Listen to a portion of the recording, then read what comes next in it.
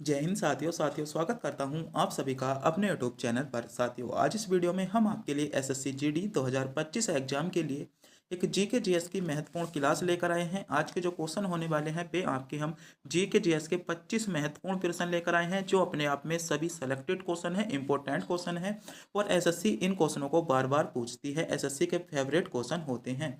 मेरे प्यारे साथियों, आज की वीडियो के माध्यम से आप यह पता कर सकते हो, अगर आप भी एसएससी जीडी 2025 की तैयारी कर रहे हो, कि कहाँ से आपसे अधिक क्वेश्चन पूछे जाते हैं, कौन कौन सा टॉपिक आपके लिए इंपॉर्टेंट है, क्या आपके लिए सेलेक्टेड होने वाला है, जिससे आप जो है 2025 एग्जाम में फाइनल सेलेक्टेड हो जाओ।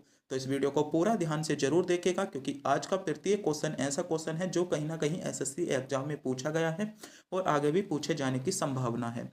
और आपको जो टारगेट दिया जाता है, इन 25 क्वेश्चनों में से 17 सही क्वेश्चनों का करने का टारगेट दिया जाता है। देखते हैं कितने बच्चे ऐसे हैं इनमें से 17 क्वेश्चन सही कर पाते हैं। तो बिना टाइम गवाए करते हैं वीडियो को स्टार्ट। आपका पहला क्वेश्चन है, कोणार्क का सूर्य मंदिर में स्थित है। आपसे क्वेश्चन पूछा गया है कि कोणार्क जो सूर्य मंदिर है वह आपका कौन से राज्य में स्थित है। तो कोणार्क का सूर्य मंदिर कहाँ पर स्थित है, तो आपका सही जवाब क्या होगा, आपका करेक्ट जवाब होगा कोणार्क सूर्य मंदिर आपका कहाँ पर है, उड़ीसा राज्य में स्थित है। यानी डी विकल्प के साथ इसमें आपका करेक्ट जवाब होगा। डी विकल्प में आपको उड़ीसा राज्य दिया गया है। आगे बढ़ते हैं। अगला क्वेश्चन है, मंगल ग्रह में कितने प्राकृतिक उपग्रह हैं। ये भी क्वेश्चन आपका जो था, ये क्वेश्चन आपका एसएससी शायद सीएचएसएल में क्वेश्चन पूछा गया था कि मंगल ग्रह में कितने प्राकृतिक उपग्रह हैं। तो बताइए मंगल ग्रह में आपके कितने प्राकृतिक उपग्रह हैं। तो बात करें मंगल ग्रह के प्राकृतिक उपग्रह की, तो मंगल ग्रह में आपके जो हैं दो आपके प्राकृतिक उपग्रह हैं, आपको ध्यान रखना है। यानी यहाँ पर आपका सही जवाब क्या होगा, यहाँ पर डी विकल्प जिन बच्चों ने चुना है बिल्कुल सही चुना है, डी विकल्प आपका करेक्ट जवाब होगा। अगर मेरे प्यारे साथियों आप इनका सब क्वेश्चनों का जवाब जानते हैं तो हमारे बताने से पहले कमेंट बॉक्स में बताना ना भूलें, और वीडियो के अंत में यह बताना ना भूलें आप इनमें से कितने क्वेश्चनों का जवाब जानते थे।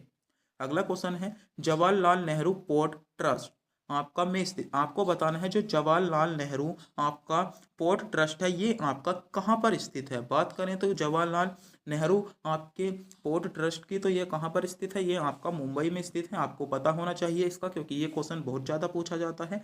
मुंबई इसमें सी विकल्प के साथ आपका करेक्ट जवाब हो जाएगा। आगे बढ़ते हैं। अगला क्वेश्चन है आपका, अमृतसर में प्रसिद्ध स्वर्ण मंदिर निम्नलिखित में से किस गुरु या सिख गुरु द्वारा पूर्ण करवाया गया था। इस पे इससे आपसे दो क्वेश्चन पूछे जाते हैं जो आपका स्वर्ण मंदिर है।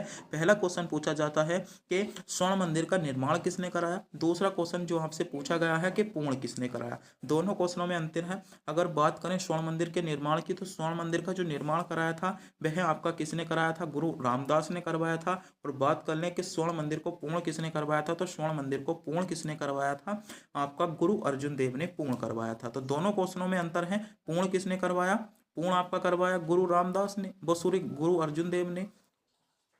बात करें निर्माण की कि निर्माण किसने करवाया, तो निर्माण कराया था आपका गुरु रामदास ने। तो दोनों क्वेश्चनों को आप याद रखेंगे, ये क्वेश्चन बहुत ज़्यादा पूछे जाते हैं। जैसे क्वेश्चन पूछा गया था आपका कि पूर्ण किसने करवाया, तो पूर्ण किसने करवाया, गुरु अर्जुन देव ने करवाया। यानी डी विकल्प में आपको गुरु अर्जुन देव दिया गया है।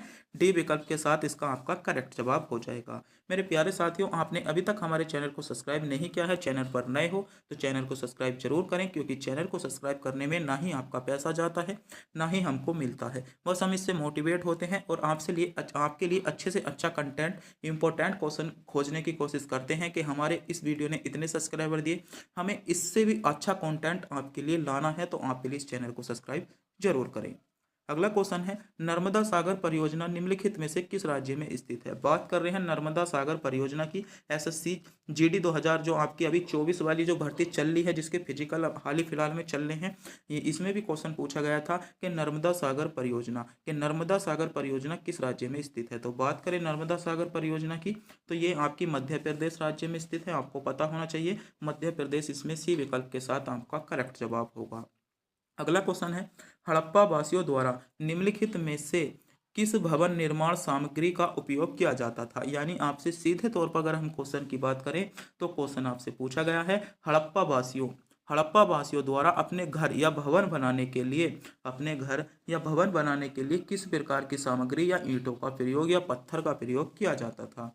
तो ये जो प्रयोग करते थे वह तप्त मिट्टी वाली ईंटें, किसका प्रयोग करते थे? तप्त मिट्टी वाली ईंटों का प्रयोग हड़प्पा सभ्यता में किया जाता था। यानी आपको पता होना चाहिए, यहाँ पर सी विकल्प आपका करेक्ट जवाब हो जाएगा। आगे बढ़ते हैं। अगला क्वेश्चन है, निम्नलिखित आपके गुलाम शासकों में किसने दीन पन्हा नामक शहर की नींव रखी लेकिन वह इसे पूरा नहीं कर सका? इंपॉर्टेंट क्वेश्चन है किसने दीन पन्हा, पहले तो आपको पता होना चाहिए दीन पन्हा नामक शहर की आपकी क्या थी, स्थापना किसने की या नींव किसने रखी थी? वह रखी थी आपकी हुमायूं ने। हुमायूं यानी ए विकल्प के साथ इसमें आपका करेक्ट जवाब है, लेकिन ये इसको पूर्ण नहीं कर पाया था, यानी ए विकल्प जिन बच्चों ने चुना है बिल्कुल सही चुना है। अगला क्वेश्चन है, सबसे गरीब परिवारों को विकसित करने के लिए निम्नलिखित में से कौन सी योजना शुरू की गई? तो योजना से संबंधित भी एक क्वेश्चन आपको आपके एग्जाम में देखने को मिलता है।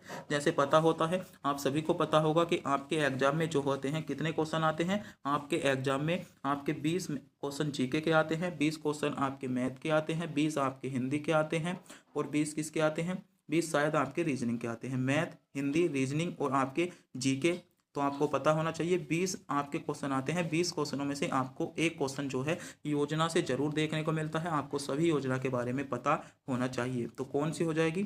तो स्वयं सहायता समूह इसमें आपका बी विकल्प के साथ आपका करेक्ट जवाब हो जाएगा।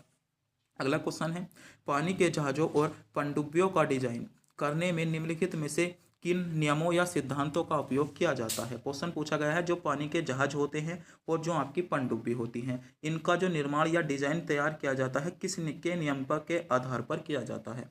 तो वह नियम या आपका सिद्धांत होता है आर्किमिडीज का सिद्धांत, आपको ध्यान रखना है। यानी ए विकल्प इसमें आपका सही जवाब है। जिन बच्चों ने विकल्प ए को चुना है बिल्कुल सही चुना है, ए विकल्प के साथ आपका करेक्ट जवाब हो जाएगा। अगला क्वेश्चन देखते हैं।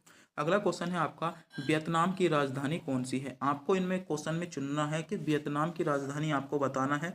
वियतनाम की राजधानी आपकी क्या हो जाएगी? तो बात करें वियतनाम की राजधानी के बारे में, तो हनोई जो होती है वियतनाम की राजधानी है। यानी ए विकल्प जिन बच्चों ने चुना है बिल्कुल सही चुना है।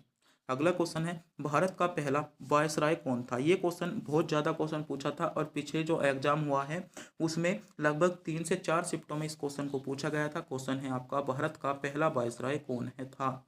तो भारत के अगर हम पहले वायसराय की बात करें तो भारत का जो पहला वायसराय था वह था आपका लॉर्ड कैनिंग। कौन था? लॉर्ड कैनिंग था। लॉर्ड कैनिंग आपको सही जवाब हो जाएगा, यानी जिन बच्चों ने लॉर्ड कैनिंग को चुना है। अगला क्वेश्चन है, निम्नलिखित में से कौन सा कार्य वाणिज्य बैंकों के मुख्य कार्यों के अंतर्गत आता है? ये क्वेश्चन पूछा गया है कि वाणिज्य बैंकों के मुख्य कार्य के अंतर्गत कौन सा कार्य आता है? तो जो वाणिज्य बैंक होती हैं उनमें आपका मुख्य कार्य आता है जमा स्वीकार करना। क्या है उनका मुख्य कार्य? जमा स्वीकार करना उनका मुख्य कार्य है, यानी डी विकल्प यहाँ पर आपका करेक्ट जवाब हो जाएगा। आगे बढ़ते हैं। अगला क्वेश्चन है, उपकरण पोमेल हर्ष किस खेल से जुड़ा है? तो उपकरण जो पोमेल हर्ष है ये आपका किस खेल से जुड़ा है? आपका जिम्नेस्टिक से जुड़ा है, या जिम्नास्टिक भी मिल सकता है, जिम्नेस्टिक। ए विकल्प आपका करेक्ट जवाब होगा। अगला क्वेश्चन है, भारत का संविधान कब लागू हुआ? बताइए, भारत का जो संविधान है वह क्वेश्चन पूछा गया है कि भारत का संविधान आपका कब लागू हुआ? तो भारत का संविधान जो था 26 जनवरी 1950 को लागू हुआ था, यानी 26 जनवरी 1950 आपको ए विकल्प में दिया गया है। ए विकल्प आपका सही जवाब होगा। जिन बच्चों ने विकल्प ए को चुना है बिल्कुल सही चुना है, ए विकल्प आपका करेक्ट जवाब हो जाएगा। अगला क्वेश्चन है, प्रत्येक संसदीय बैठक का पहला घंटा निम्नलिखित में से किसके लिए रखा गया है? यानी जो प्रत्येक संसदीय आपकी बैठक होती है उस संसद की बैठक का आपसे क्वेश्चन पूछा गया है, जो पहला घंटा होता है, जो शुरू का घंटा है आपका या पहला घंटा, वह किसके लिए रखा गया है? तो वह जो लिख रखा गया है आपका प्रश्न काल, यानी उसमें प्रश्न पूछे जाते हैं, बताए जाते हैं, प्रश्नों के बारे में रखा गया है। किसका क्या प्रश्न है? यानी बी विकल्प आपका करेक्ट जवाब होगा। अगला क्वेश्चन है, भारत में बायोस्फीयर रिजर्व निम्नलिखित में से कौन सा है? बताइए, भारत में आपसे पूछा गया है बायोस्फीयर रिजर्व आपका निम्नलिखित में से कौन सा है? तो बात करें भारत में स्थित बायो रिजर्व की, तो वह है आपका सुंदरबन। कौन सा है? सुंदरबन जो है वह आपका बायोस्फीयर रिजर्व है, यानी बी विकल्प, यानी इसमें क्रम के अनुसार सी और ऑप्शन के अनुसार बी विकल्प आपका करेक्ट जवाब होगा। कई बार टाइपिंग करने में जो होते हैं सी विकल्प आपका ऊपर चला जाता है, बी विकल्प नीचे आ जाता है, या जब एडिट करते टाइम जब हम क्वेश्चन उठाते हैं तो एडिट करते टाइम इतना गौर नहीं दी जाती, आपकी ऊपर नीचे हो जाती है, तो इस चीज़ पर ध्यान नहीं दीजिएगा। इसमें सुंदरबन आपका करेक्ट जवाब है। अगला क्वेश्चन है क्रिकेट में LBW का पूरा क्या अर्थ है? तो क्रिकेट में जो LBW का पूरा अर्थ होता है वह होता है लेग बिफोर विकेट। क्या लेग बिफोर विकेट होता है? ए विकल्प आपका करेक्ट जवाब होगा। अगला क्वेश्चन है निम्नलिखित में से कौन सी दक्षिण अमेरिका की सबसे लंबी पर्वत श्रृंखला है?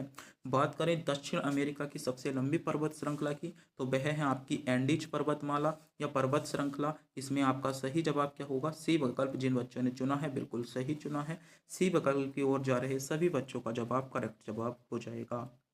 अगला क्वेश्चन है आपका आयात पर लगे, क्या आयात पर लगे कर को या आयात पर लगे टैक्स को क्या कहा जाता है? तो क्या कहा जाता है? उसका आपका ट्रैफिक टैक्स के नाम के या ट्रैफिक कर के नाम से जाना जाता है। ए विकल्प सही जवाब होगा। अगला क्वेश्चन है निम्नलिखित में से सबसे पुरानी शास्त्रीय नृत्य शैली है? तो आपको बताना है सबसे पुरानी शास्त्रीय नृत्य शैली है। एक क्वेश्चन यहाँ से भी 100% आपको मिलता है। आपको 8 की 8 शास्त्रीय नृत्यों के बारे में पता होना चाहिए, क्योंकि एक 24 आपकी जो है शास्त्रीय नृत्यों में शामिल की गई हैं, 9 हो गई हैं, मगर मुख्यतः आपकी 8 है, आपको ध्यान रखना है। मगर रेलवे जो मानता है एक आपका जो है नाट्यम है, इसको भी शास्त्रीय नृत्य में शामिल करता है। तो बताइए, आपसे क्वेश्चन पूछा गया सबसे पुरानी शास्त्रीय शैली की बात करें तो सबसे पुरानी जो शास्त्रीय शैली है वह आपकी भरतनाट्यम है। भरतनाट्यम आपका कहाँ का शास्त्रीय नृत्य है? ये आपका तमिलनाडु का है, तो इस बात का भी ध्यान रखना है। बी विकल्प आपका करेक्ट जवाब हो जाएगा। अगला क्वेश्चन है सतह के एक इकाई क्षेत्रफल पर कार्यरत बल को क्या कहा जाता है? तो किसी सतह पर अगर कोई कार्यरत बल है तो उसको दाब कहा जाता है। ए विकल्प आपका करेक्ट जवाब होगा।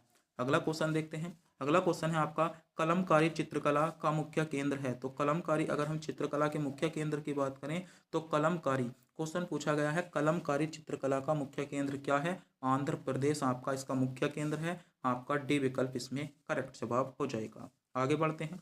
अगला क्वेश्चन है दुनिया में चौथा सबसे बड़ा महाद्वीप आपसे पूछा गया है कि दुनिया का सबसे बड़ा चौथा महाद्वीप कौन सा है? तो दक्षिण अमेरिका जो है दुनिया का चौथा सबसे बड़ा महाद्वीप है। बात करें पहले की तो पहला कौन सा है? आपका एशिया महाद्वीप, यानी चौथा पूछा गया था। सी विकल्प दक्षिण अमेरिका आपका करेक्ट जवाब हो जाएगा। आगे बढ़ते हैं। अगला क्वेश्चन है और आज की वीडियो का अंतिम क्वेश्चन आपकी स्क्रीन पर आ चुका है। क्वेश्चन है आपका ऐसी प्रक्रिया जिसके द्वारा एक जीवित पौधे को कोशिका का ओमसिस क्या है? ओस्मोसिस क्या है? ओस्मोसिस के द्वारा पानी कम हो जाता है और वह सुखड़ जाता है, तो उसे क्या कहा जाता है? तो उसे प्लाज्मोलिसिस कहा जाता है। क्या कहा जाता है? प्लाज्मोलिसिस कहा जाता है, यानी ए विकल्प आपका करेक्ट जवाब होगा। तो आज के जो क्वेश्चन थे वे सभी क्वेश्चन सेलेक्टेड इंपॉर्टेंट और गोल्डन क्वेश्चन थे। तो मेरे प्यारे साथियों, आपका स्कोर क्या रहा? आपको 17 क्वेश्चन सही करने का स्कोर दिया था, मगर जिन बच्चों का स्कोर आपका 14 क्वेश्चनों तक है उन बच्चों का भी स्कोर सही रहा है, टॉप स्कोर रहा है। तो बताइएगा इनके बीच में किसका स्कोर है और आपके इसमें कितने क्वेश्चन आए हैं, यानी आपने इसमें कितने क्वेश्चन सही किए हैं, कमेंट बॉक्स में बताना ना भूलें। और आज हम आपको टेस्ट के रूप में एक क्वेश्चन देते हैं, अगर आप इस क्वेश्चन का जवाब जानते हैं तो कमेंट बॉक्स में जरूर बताइएगा। क्वेश्चन है आपका भारत के प्रथम आपकी महिला राज्यपाल कौन थी? भारत की प्रथम महिला राज्यपाल पूछी गई हैं। अगर आप भी इस क्वेश्चन का जवाब जानते हैं तो जरूर बताएं भारत की प्रथम महिला राज्यपाल कौन है। और आपने अभी तक चैनल को सब्सक्राइब नहीं किया है, चैनल को सब्सक्राइब, वीडियो को लाइक और अपने दोस्तों के पास वीडियो को शेयर जरूर कर दें, क्योंकि हम आपके लिए सेलेक्टेड इंपॉर्टेंट और गोल्डन क्वेश्चन लेकर आते हैं जिससे आपके एग्जाम का स्कोर बढ़े, आपको अधिक फायदा हो, सेलेक्टेड से सेलेक्टेड क्वेश्चन बने, आपको ये पता चले कहाँ से आपके एग्जाम में क्वेश्चन बनने हैं। तो प्लीज़ चैनल को सब्सक्राइब जरूर करेंगे।